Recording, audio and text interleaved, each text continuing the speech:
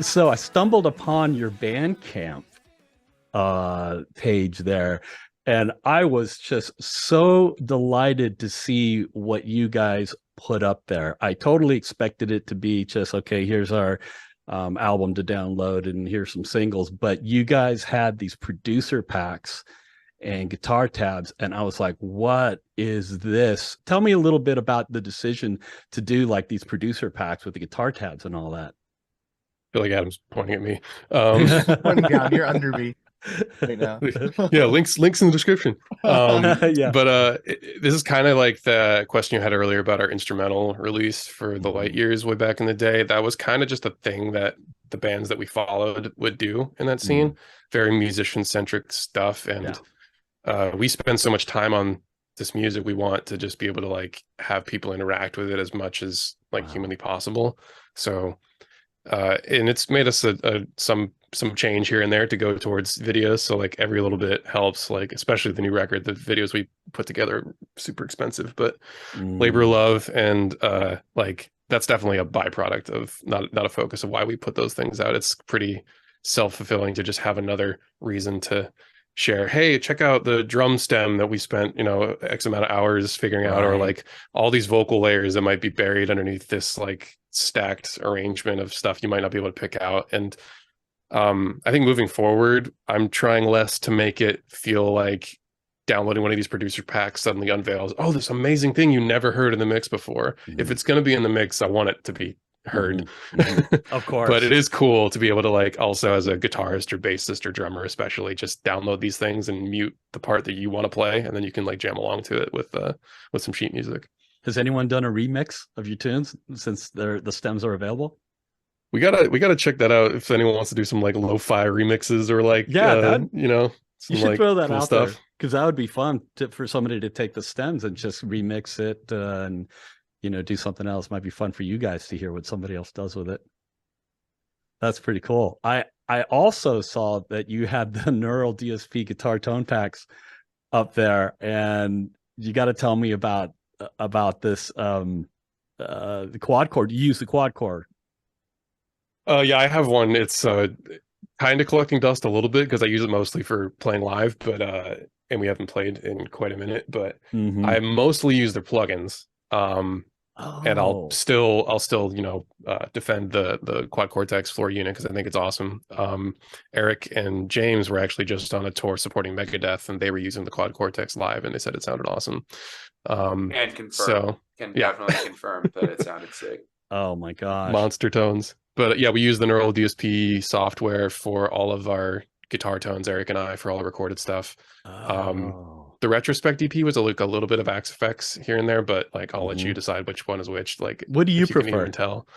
I love using plugins, honestly. Like the ease of use just makes it so flexible, but it's a double-edged sword because you got to commit to some tones at the end of the day. And what I've kind of learned is guitar is kind of like a lot lower on the totem pole of like importance when it comes to making a production. It kind of just has to fill in the gaps. It's kind of like dessert. Like once you've had a full meal, like it's just the sugar that kind of fills in the gaps. Yeah, like you want to make sure that the drums are like gelling and that the bass is audible and the vocals are like actually carrying the tune, and the guitar just like adds that bed and that aggression to me. Like that's why I feel like bands like Sleep Token are popping off as well. It's like just adds that extra layer of aggression or like just energy to something that otherwise is like kind of a pop song. And that's how I kind of view our music too. It's like just this extra thick chocolate cake underneath a poppy kind of thing. That's a pretty solid and bold statement for the guitar player of the band to make, that the guitars are not the prominent nobody look thing. At me is all I'm the worst musician in the band by far. Until it's time to solo, and then you get to shred the hell out of the guitar. But something I totally didn't rehearse 100 million times beforehand. Right on. As far as tones are concerned with that, like do you prefer the DSP tones versus like the Axe Effect stuff, or like are they comparable? It's 6 of 1, how you can make anything work if you I was gonna say, if you know what you're doing. That's such a cop-out answer. If you just get comfortable with whatever tones you have access to as a guitarist, especially, like get a decent instrument Like spend a few $100s on something that actually feels inspiring to pick up. And it sounds kind of like gatekeepy to say that, but a lot of people have smartphones and laptops nowadays. Like just save up, spend a little extra coin on an instrument that's going to make you feel something when you pick it up. And then you have access to like free plugins that I'm sure you could find all over the place that will get you enough of a tone to be able to figure out like, okay, if I pick this hard, it gets this kind of sound. If I make sure I'm muting certain strings when I'm using a lot of distortion, because the bands I listen to use a lot of distortion, or if they don't, like it's even more revealing to not have distortion and figure out what to do with your left hand and right hand coordination. And just getting that stuff down is like so important, because then you can start figuring out the nuances of like what gear actually changes your sound once you like know what your fingers and your pick are doing.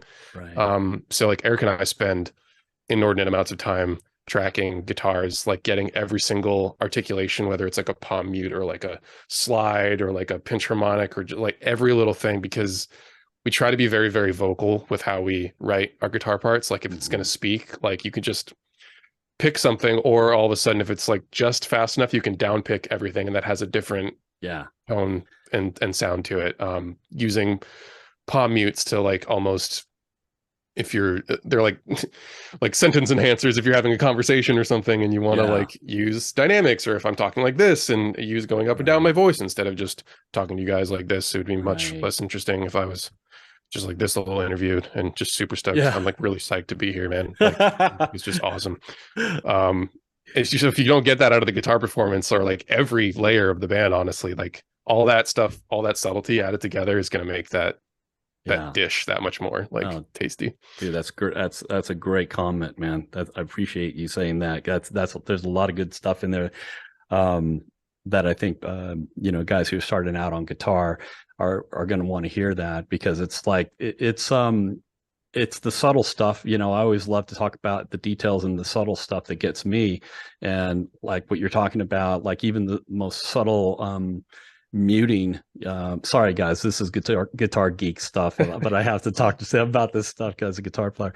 But even some of the most subtle stuff, like Eddie Van Halen used to do this thing where he would just slightly mute it, not a heavy mute, but a slight, and you get that really bouncy type of sound to it, and that stuff that gives me the goosebumps. Those articulations that you do with your hands. Eric's pretty sick at that. Yeah. Man, that's great stuff. Who engineers your stuff? Like, how do you guys get to the finished product with your recordings? It's kind of a combination of a lot of things. When it comes down to the 2023 way of recording in various bedrooms, like we kind of all engineer our own parts more or less, and I take it upon myself to kind of coalesce everything at the end. But especially with drums over the years, like when we first put out our feelers for vocalists, James was a like superior drummer savant, like being a drummer himself. He that was all on the up and up with bands that we were listening to, programming drums to get these amazing sounding recordings without needing a studio. We originally even had programmed drums on our first album, but when we were on tour, James mentioned 10 some odd years ago, he had a buddy who had a studio, and just before we went home, he was like, I'm going to bang this out in like a day. And so we did our album in a day, and that guy engineered it. So it was kind of my first foray into like seeing how that process worked too. Just like sitting in a control room, watching someone play drums. Little did I know he was going to edit the whole thing as well. And that was my introduction to editing performances too, and trying to like keep the human element but give this like almost X-Acto knife perfect performance version of a band, so you have that experience to listen to every time. And that's carried through a lot of the stuff we did. A lot of editing and recording we recorded with our friends at Berkeley, at a Berkeley studio for the light years. And then the latest one, James sent us a clip of some recording he did at another friend's studio out in Pawtucket, this place called Machines with Magnets. And like, I'm a pretty big stickler for like very specific things. And I just heard that and was like, yeah, James figured it out. We're just going to go here and this guy's going to do it. We went to the studio for about 2 days, knocked out a whole record's worth of drums, and it just sounded phenomenal. Oh my gosh. So James, you don't have like a little home studio with your mic'd up kit? No, I do. I do. Yeah, I have a studio in Brooklyn. It's just I mean, I selfishly, like, when I do records for bands there, I don't want to do a record for my band. I just want to kind of distinguish the room sound a little bit, just for my own ego a little You're bit. competing And with also, rehearsing bands too, so what's that? you're competing with rehearsing bands next door sometimes too. Yeah. 9 to 5, no one's there, so it's fine. But it's just and then also I've been to that studio now 3 or 4 times, and when I went there the first time, I didn't know anything about it. I kind of just like showed up that day and like kind of walked in and hit my snare drum, and I was like, oh yeah, this is sick. So I've just been kind of lucky that my job kind of allows me to kind of go play in a lot of these really cool rooms on the East Coast, and then I can kind of do some recon for the band and be like, hey, this room sounds cool for XY, this room sounds cool for this, right. You have options. And luckily, I mean, Seth too is just like an absolute sweetheart. He totally like gets it, and he's just the guy. I can't really imagine we'd go anywhere else for anything else, just because it's so close and perfect, and like it's like kind of a nice middle ground for us, because I'm in New York City and the boys are in Boston, so it's like right in between. Okay. Adam, are you tracking your stuff at home, or what are you doing? Yeah, I'm just at home. I use a 414 mic, AKG. Yeah, it's a great mic. Into an Apollo twin. Simple setup. I have a mic shield and reflection filter. Yeah, a dead room, and yeah, pretty much it. Oh my gosh, that's awesome. Yeah, the mattresses. Yeah. Mattress fort. Some improv like dampening going on in there, but yeah, you don't want the leaf blower to come in from the neighbor's gardener, right. Dang, you gotta trigger Sam over there saying those words. It's just analog sauce, The amount of time though, or I mean, perfecting takes and doing things like that. I don't think it's a thing for me or Sam to just like book a studio and go in. We'd probably spend like 30 grand in hours tracking this stuff, because we're getting very particular. Yeah. So yeah, it's nice to have that freedom. You're like, let me hit that chorus one more time. Okay, take 212. Literally. Yeah. Like, not even kidding. Yeah, that's a modest number. Yeah. How much how much are you comping stuff though? I mean, are you it's do you get crazy with the comping? Because I know some people freaking go nuts with the comping. So I mean, if it works, it works, but it's got to be like somewhat natural. We're not going like all the time word for word for word for word for word. Yeah. But what's interesting with this is when we're demoing and writing stuff, and I'm just singing random things over the demos that they send me. A lot of those takes, for some reason, Sam and I have been talking about this like every other day, just have this demo magic. Yeah, the demoitis. And it's when that idea in my head is like conceived, and I'm like, oh, this is so sick. Oh my gosh, like this is awesome. I'm really like into it. It's fresh. Yeah. There's something that happens, and it could be like the whole entire line. I could try, months later to hit that again 100 times, and I won't be able to top it for whatever weird reason. Yep. So a lot of those things stay. Yeah. Yeah.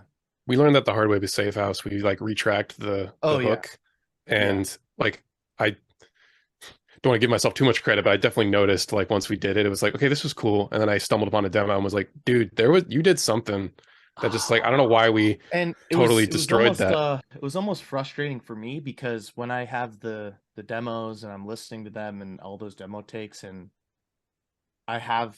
this representation of the song, gets ingrained in my head, and I'm like, oh, I can't wait to retrack finals and top all this stuff I've done. And then it ends up being like this not genuine performance where it's like I'm trying too hard. So emulate what you did. It's weird. Covering yourself. So weird.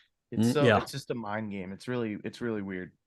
Wow. So we just want to get better at recording and like our process in general. So when an idea comes, like the first thing you put down is actually like capture usable Just and very like fresh sick. and Yeah. fast and efficient, because that's where I do the best, I guess. Yeah, those basic tracks are fresh when you hear it and you get all excited about it when you hear that stuff, and then you're like, oh, you get all pumped, and we've heard it like 50 times and you're like, oh crap, okay, I'm going to try to put the same magic into it, but it doesn't fly like those demos, and then you get demo love and then you're screwed. Mm-hmm. Yeah. How'd you guys come up with the name Aviations? I think that was also like James. No, that was oh, not you're me. pointing. I'm pointing You're at pointing. Sam. Oh, is that Sam you're pointing to? I don't no, maybe it's on my screen. love Everyone's guessing different on mine. So that's Sam. Sam, that's your No, that was the same kind of thing. Listen, we grew up in a time where a lot of bands were doing the one word pluralization thing. So like that's a fun badge of honor to wear. But yeah, that was definitely also me sitting on the couch, probably like the same day or like week we were listening to demos from Adam, or we already had that name put together when we put out feelers. But it was on the same couch. And yeah, James and I were just chatting about like words that had something to do with like because a song Voyages was also like I think a contender for a band name at some point, just something in the one word pluralization vein that had like a kind of uplifting or like like pushing forward kind of connotation with it. We didn't want to get too space nerdy with it, like a lot of our favorite bands are living in outer space, and we thought that was cool, but we're trying to be somewhere in the sky between, I guess. But yeah, I don't know, it's stuck for now. It's got the worst search engine optimized thing possible, aside from our friends' bands who are literally called Sports. Oh my God! Kind of difficult to search. No! Oh God! But go listen to them if you can find them, because they're amazing. We might meme on it and do some reaction videos to like aircraft flight tests and stuff. Yeah. That'd be funny. Oh man, it is pretty. But, it's a good name for you guys, though. It's a classy name. I gotta say, it is a good name. It is metal. Yeah. And it's metal. But it's a good name. I think it represents what you guys do pretty aptly. So I think you found the right name there. Okay, so I got some fun questions for you guys. I'm going to go around the horn. I'll start with Adam on this one. So Adam, if you could sit down and have dinner with somebody, alive or dead, anybody in history or who's alive now, who would that be? Just you and one other person. Man, this is sappy, but probably my grandpa. I wasn't really close to him growing up. And he got Alzheimer's when I was probably like 10 or 11 or earlier. So I kind of knew who he was, but not really. So I think that'd be my choice. Oh man, beautiful. James? I mean, the first person that came to my mind is Michael Jordan. Just because he's a psychopath, and I want to talk to him about being a competitive psychopath. Wow. That's I don't know if that's like that was the first name that came into my mind. Yeah, some of those guys, I mean, they're built differently. There's something different in their mind. The brain is different, and it's nice to sit down and go, how did you get to where you got?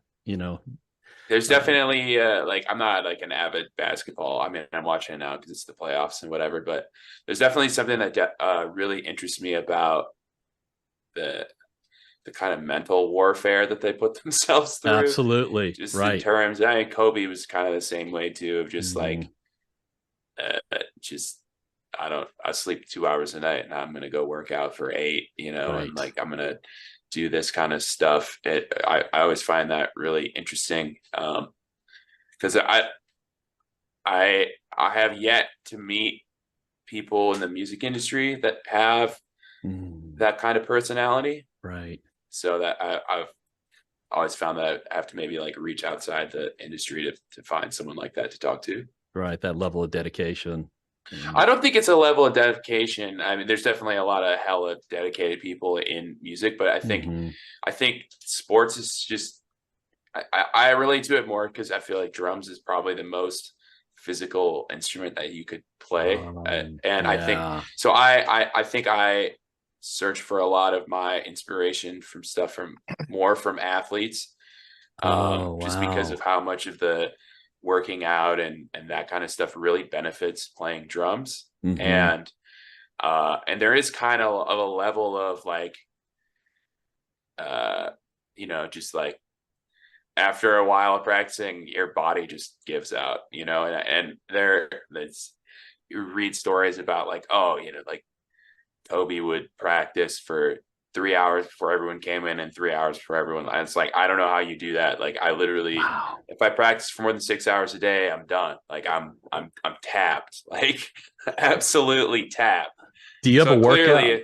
What's that? Do you have a workout regimen that you do apart from drumming? Or are you just like, yeah, I had like a really bad, I'm 6'5". I had like this real bad like scoliosis in my back like 2.5 years ago. Oh wow. So I kind of, and Eric, our other guitar player, is like super serious into working out. So I got really into it like 2 years ago. So I kind of work out like 4 or 5 times a week. Okay. There's a gym across the street from my studio, so it's like really easy for me to go. But yeah, I guess that would be my answer, just because of there's a lot of parallels I see between like sports and drumming particularly that I would like to get the non-music opinion on. That makes a lot of sense. All right, Sam. This is coming. I'm glad I had some time to think. Yeah. No, it's funny because like they said don't meet your heroes, and that's kind of true sometimes. Like I feel like when we're so close to the work, especially in the music industry, like that in combination with how like the veil is kind of being lifted around like the mystery of what the artist does. It's like, check out our new band, big things coming, check it out. Oh, is it a song and a music video? Wow, cool, great.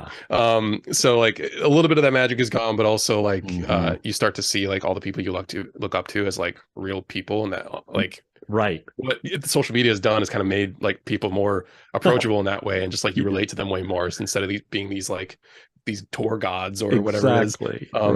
But sorry, getting away from my answer, I think I don't speak Japanese, but probably Koji Kondo, the main composer for the Zelda series, because I just remember I'm almost forgotten in recent years that like as much as I love nerding out about like the game mechanics and like the inner workings of like a series of video games that are fun for me to play, right on. I like forget sometimes that was like some of my earliest like introduction to like music, really was the fact that you could play an instrument in a video game with just a couple of buttons using your controller. So that was probably the first instrument I played in like 90, 99, 2000 or something, because I didn't play guitar till 05, like 7th grade. Yeah. And the just amazing thing about that, I would just want to pick his brain about, is how he was able to make so many melodies using, I think it was only 6 notes you could play actually on the controller. Yeah. So just like all these different tonal centers and emotions and feelings with like rhythm, just being able to, these like 6 buttons on a old 2000s console controller. And like, that was like the soundtrack to my childhood before I started really getting into guitar. So like, I think if anything, that's something that's going to stick with me, and I try to like keep a part of my writing process when we're working stuff out. It's like what's like the simplest, most distilled form of this like insane idea that we have? What would that sound like, and is it more or less impactful, I guess? Man, that's crazy that, I mean, even those early influences, and if you think about going back to it being a video game that actually influences you today in what you're doing, it's kind of mind-blowing to think about that for all you guys too. I mean, all of those little things from your childhood and the little influences that you had, they all kind of snowball as the years go by and roll into what you do now, and you get all of these influences from all over the place, not just in music, per se, like what you're doing, but video games and commercials and whatever else. That's pretty cool, man. I had a Spice Girls CD too. That was pretty fire. Hell yeah, Spice Girls. Oh man. All right. So this is a trite question, but it always is an interesting one for me. Is your Desert Island album, Adam? Take it. Oh man. I'm such a The Fall of Troy super fan. that I can't picture not having Doppelganger by them. Yeah, I was gonna say, why is it not Doppelganger? And I also, yeah, I really love that album. That was huge as a kid for me. Oh, So yeah, I like that. Or maybe like Coheed and Cambria, their first album too. I loved. But yeah, awesome. that's either of those. Awesome. All right, Sam, I'm going to kick it back to you. I'm going to let James have a couple minutes, a couple seconds to think about it before I hit Yeah, him. I got always mine. knows. Oh, you got yours? Okay, we'll go to James. Go ahead, James. Sorry, I didn't mean to interrupt you, bud. No, go for it. Go for it. Mine's it's a record called Years by this band Second Smile. They're from like the UK. They stopped being a band like a million years ago. And the only reason I mean, it's great. I absolutely love it. It's like I would describe them as like pre-Delta Sleep, before Delta Sleep kind of thing. They're like a more indie rock version of that band. But I honestly, the only reason I pick it is just because anytime I'm at the beach, that's the record I put on. Oh, So, so that's I a would good just connection. like, you know, just I might as well. It's been working, so I'll just keep doing it. Awesome. All right, Sam. Yeah, I hate answering this question because so much music has come out, I and so know. I feel like I have like Desert Island albums from like each like decade or like half decade of my life, Right. but my like answer I would regret not giving would just be Scenes from a Memory, Dream Theater, because like for everything that I like about all these other albums that I have in my head from more recent years, that one still ticks all the boxes and has enough like variety through the whole thing, honestly. Like I'm like thinking logistically, like, oh, if I was on a desert island and I had one thing to listen to, what would it be because of the variety? Yeah, it's got like gospel songs, it's got like death metal riffs, and it has like soaring melodic stuff and like acoustic-y moments. So it just like it really is the whole package. And it was the first thing to teach me what a like concept record was, because when I first heard Dream Theater, I knew two of their songs and they were both called Overture, and I didn't get what that was. Yeah, they were instrumental. I'm like, this is dumb. Then you know, the song after one of the overtures started playing and was like, wait, it's like the same song, but that kept going. Yeah, and now there was no gap, and it's like mind explosion for a kid. Man. So yeah, just all of that wrapped up in one is like. Well, that's a good one, because, you know, some of these other groups kind of stand on the shoulders of Dream Theater and on that. Too many of them. Yeah, exactly. If this gets too difficult to answer, then you could cop out on any of this. But who would be in your dream band? And you can't say the guys in Aviations. It's got to be completely different musicians. But if you like were to start another band and you could have anybody you want playing in this band, also, you know, they could be resurrected. So anyone you want. James, hit it. I have questions. Yeah.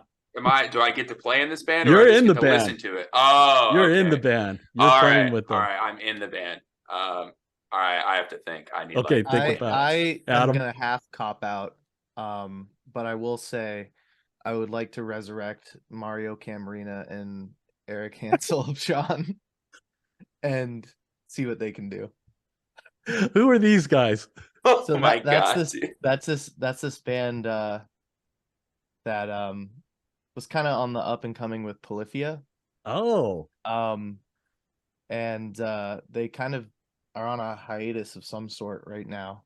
But the guitar playing from both of those guys was just super neat and modern and like very cool, hip and really cool. Oh, very, very cool. All right, who wants to be next? Oh god. I'm trying to go through like a list of like hilarious people. I think whatever band it was in, if I had to be in it, I'd fucking play bass. I don't Who would play guitar? For whatever reason, the first one that came to mind was Wes Hauck, just because like that guy is so like ungodly talented and like precise. It's just like a joy to listen to. And I'd be curious if it like would be only metal, because he plays in like a lot of death metal bands, but he's got such tasty chops to see if like that would be cool and like a thing. I'd want to see a band where like it's Wes Hauck on guitar, like Freddie Mercury on vocals, maybe with like some Anthony Green backups or Wow. or something. But yeah, I don't. The rest of the lineup is escaping me right now. But oh, man, You would put yourself on bass. You would yeah, because I can't even be on same stage. I'd be embarrassed to even be holding a stringed instrument next to that guy. Wow. But Oh my gosh. I'm trying to remember the answer from an old guitar teacher of mine from Berkeley, this guy John Finn. He started just listing all of these like amazing Motown players and just said like, and the band would be called Trench because the groove is so deep. It's not a groove, it's a trench. That's awesome. I was just like, God damn it. Oh, that's good. That is so good. Yeah. James, you got anyone in mind for any of the instruments? Yeah, all right. I I got something. I've been writing stuff down over here because I'm trying to like. Yeah. It's hard. All right. It is hard. All right. So piano, we got Tigran. Yeah. We got Tigran on piano. You got drafted before I could pick him. Damn. Yeah. Number one, first round. Very good. Guitar, we got Marty Friedman for guitar 1. Oh, that's the and right then answer. I don't know who I have for guitar 2. Oh, Buckethead. Shit, yeah, Buckethead. Oh, there we go. Wow. Okay, so I have a question just to make sure I'm following the rules here. Yeah. Because can it be someone I used to play in a band with and don't anymore, or someone? You could. I'm just actually. I'm changing my mind. Current... I was gonna say my buddy for bass, but he's getting nixed. We're gonna go with Jocko on bass. Oh hell yeah! There we go. And we're gonna go with Corey Henry on like on keys. Wow. And then whoever wants to join this hellscape on vocals is Jack Black. Yeah, right. We're gonna go with Layla Hathaway for female vocals. Holy smokes! And we're gonna go with male. We're gonna go with dude. I don't know. This is so hard. Oh, we're gonna wait. What's the guy's name?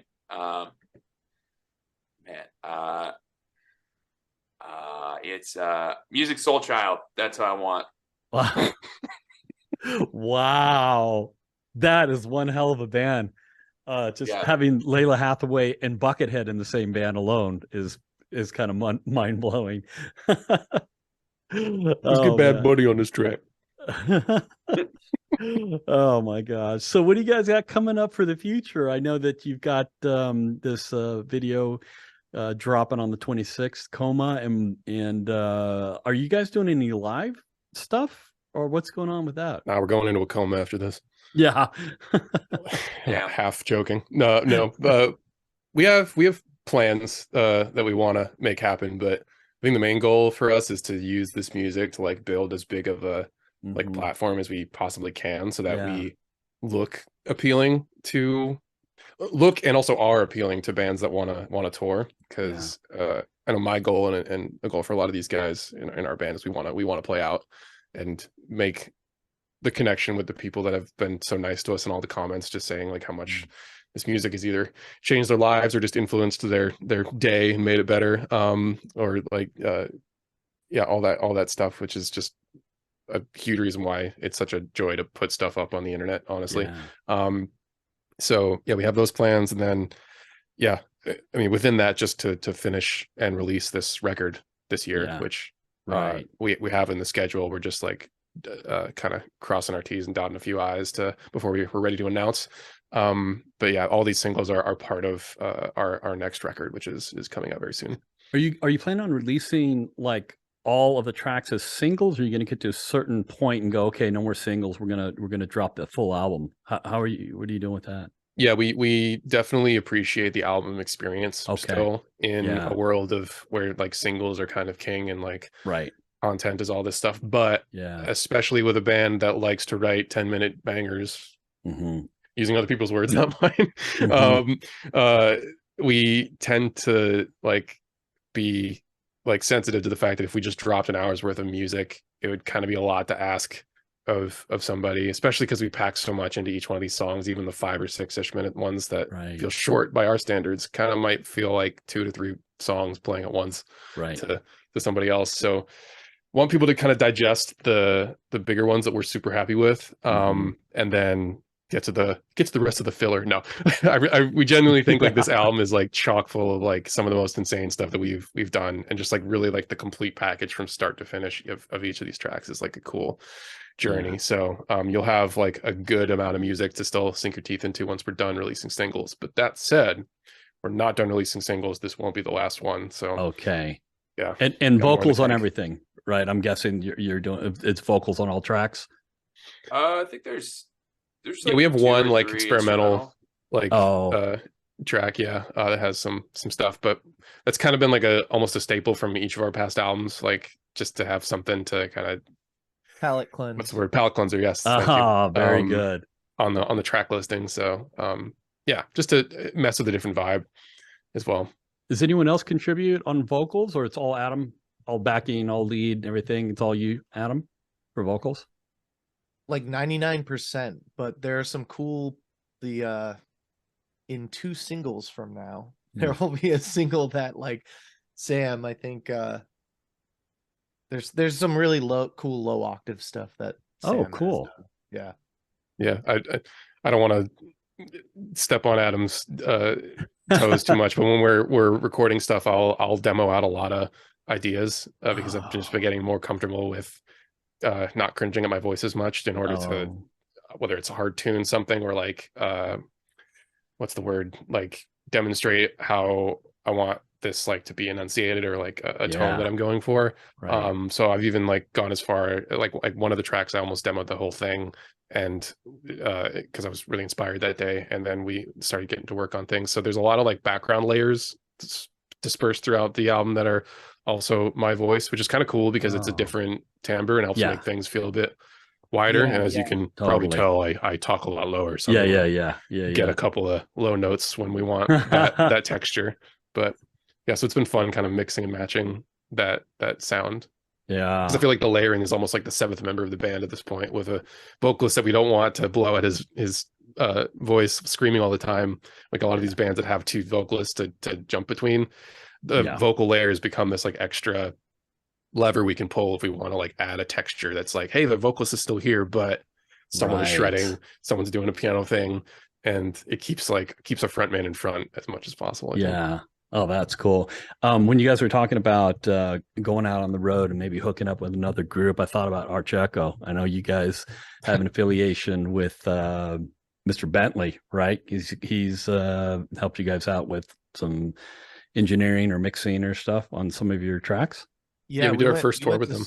We went to school with a lot of those guys, and we toured with them. Yeah. Oh, so you guys did tour too? Yeah. Oh, you did tour with them. Yeah, like what, 5 years ago? Yeah, 2017, end of 2017. Yeah, okay. And I actually I did a track with Adam Bentley. It's called Frozen, and the summer is here. So you should check it out. Yeah, it's really cool. It's like a prog pop track that he and I wrote together. It's really neat. Oh, that's cool. Is that actually like up on Spotify, or we can? Yeah, it should be on hear Adam's, that. Yeah, Spotify, YouTube. Oh, cool. Yeah, we'll check that out.